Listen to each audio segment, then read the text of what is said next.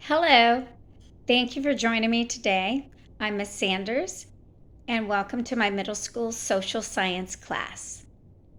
When students first arrive to my classroom, I give them a bellwork assignment that I have written on the whiteboard in advance.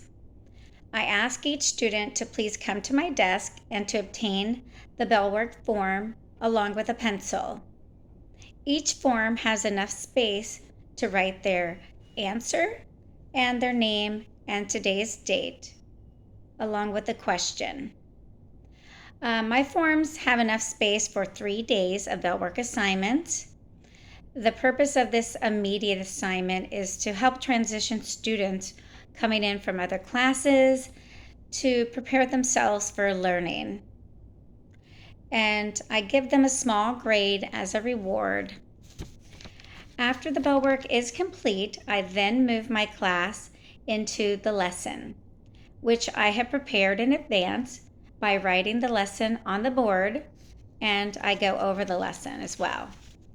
Next, I address which lesson we are going to be going over, and today's lesson is discussing the use of primary and secondary sources.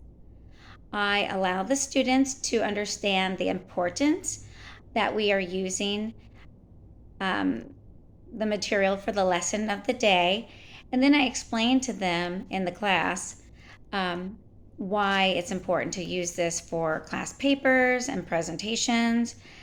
And so let's begin now with our lesson for the day.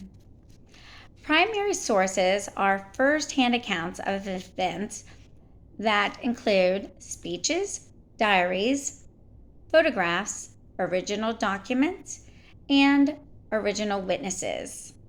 Some examples of primary sources are prints, photographs, and even songs.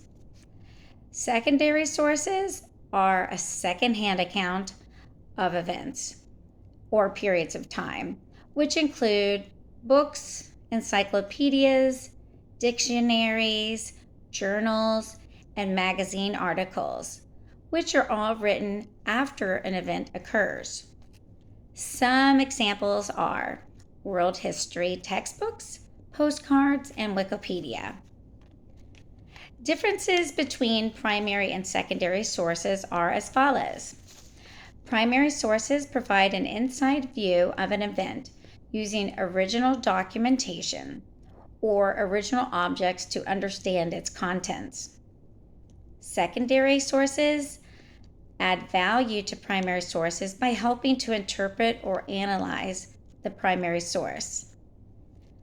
One weakness of a secondary source is that if a new writer is writing about the source, then they could distort or add their own personal point of view, which will take away from the validity of the primary source. And one distinction of a primary source could be an autobiography, which is written by a person who's experienced a first-hand account of an event. However, on the other hand, a biography is written by someone who was not present during that time period. If considering using a secondary source, it's important to know that the source be an expert in their field to ensure that the source is a reliable one. Now that I have discussed the main differences between primary and secondary sources, I would like for each of my students to please complete a Venn diagram to point out the traits of each source, to indicate individuals of each type of source, as well as note any similarities that are shared between them.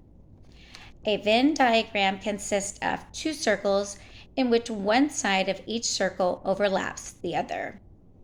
On the left side, I want for each student to please label above that circle the word primary.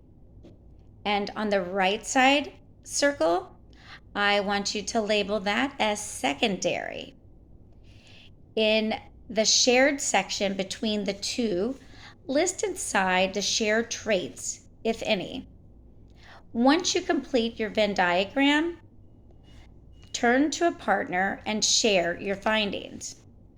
Once completed, please then bring your Venn diagrams to my desk. This completes our lesson for the day. Thank you. Tomorrow we will discuss our findings. Thank you.